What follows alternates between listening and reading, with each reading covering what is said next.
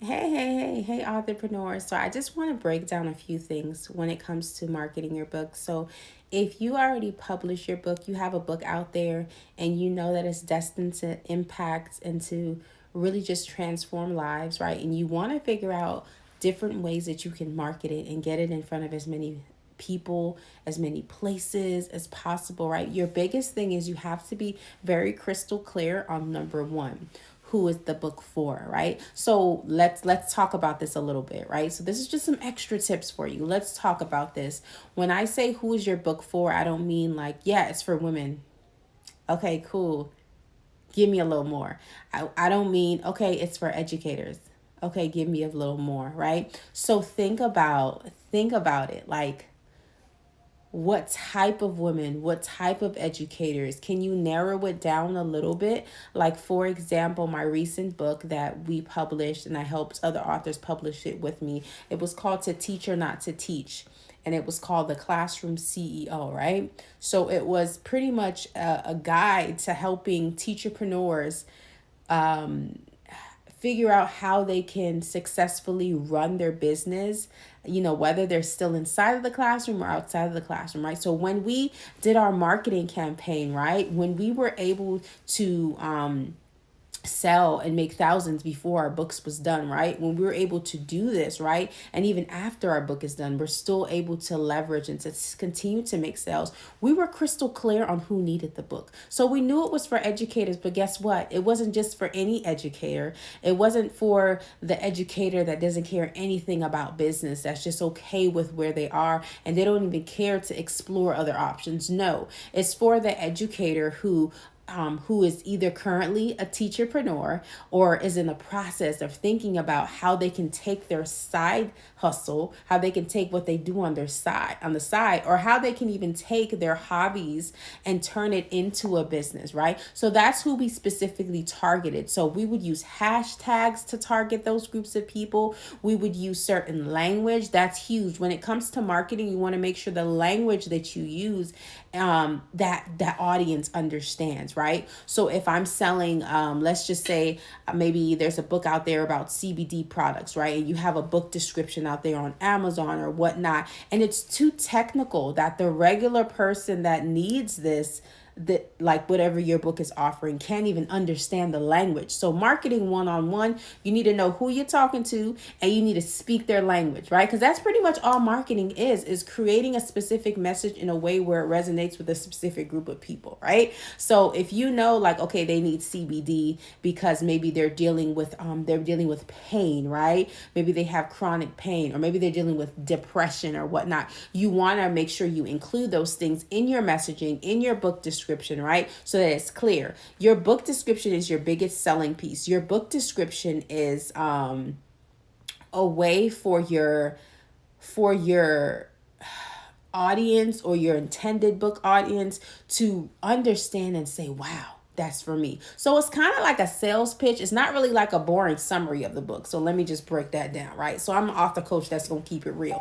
A book description is not just a boring summary. No, it's not. It is actually it's actually like a pitch, kind of like a detailed description, like a wow factor, like letting them know like why they need to get their hands on a copy. So that's marketing one-on-one. If you're trying to increase your sales with your book, you need to be clear on who the book is for. You need to be able to speak their language, right? You have to be able to speak their language, right? So all right, so now that your book is out there, you're doing marketing. There's different ways you can do marketing. I love content marketing, so I love putting out content that attracts my target audience. And you could do this in several different ways. You can do this by either educating them. You can do this by entertaining them, right? So do you guys know that a lot of content that's more memorable kind of makes people laugh or kind of makes them just feel like either good inside or it's like, wow, that touched me, right? But what I like to do is put out content, have like a mix of content. So educational content, content that's entertaining, content that's informing them about something, right?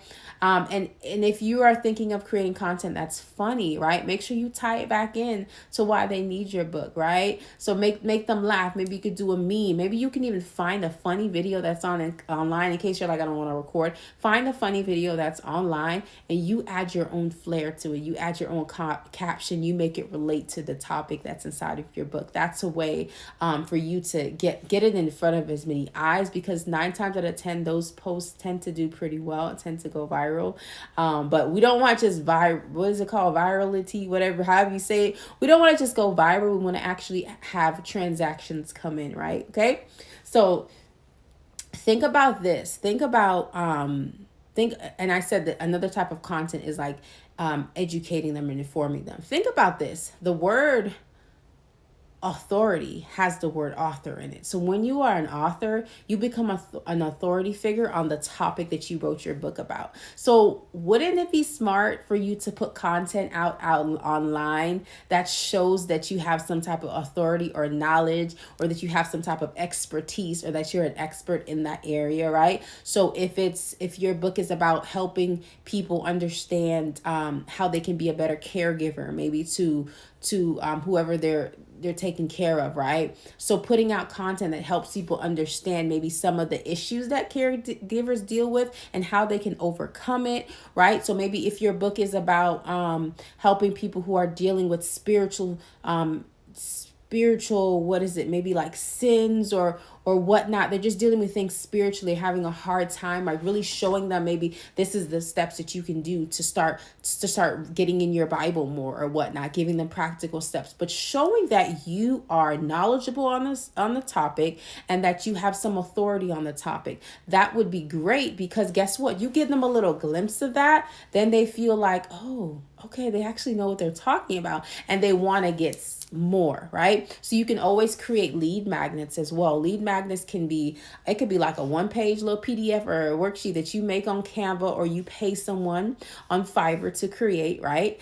And then you can lead them to your book, right? But these are just different ideas how you can continue to market your book, continue to market yourself, right? And get in front of as many people as possible, so you can make as much impact as possible, right? You want to really make sure you're tapping into your community, tapping into your network as well. Don't take it for granted, the people that are around you. Sometimes you may have someone that you haven't even thought of, and you're just like, wow, maybe they're in education. Maybe I can see, can I do a free author visit at their school? Can I? And then, right, while I'm setting that up on the back end, maybe you say, let them know, would you guys like to order any copies or whatnot, right? So it's free, but they have to order copies, right? That can be one way. Or maybe you can come for free. However, you have it set up where the parents can pre-order, like if it's for children or whatnot, they can pre-order the book ahead of time, right? That's a play that you can run as well, that I have done, that have worked very well, right? Or you can always just have your fee and just like, this is my fee.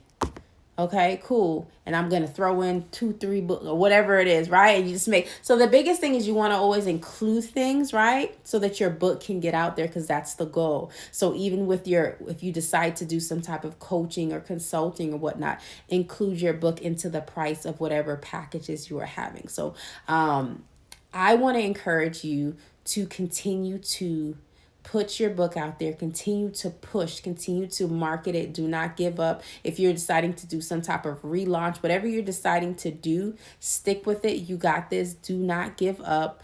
And I'm excited. I'm so excited to hear your progress and all that you're doing. And yeah, I just wish you nothing but the best. Continue to make an impact, continue to make an income. If you need more specific tips, if you want to schedule a one-on-one with me, let me know. If you've invested in any of my programs, my courses, I try to look out for those who do so and invest in themselves and their books. So I will provide you with a nice little little discount code as well. But I'm excited to connect with you, and I'm excited to see where your book takes you. Be blessed.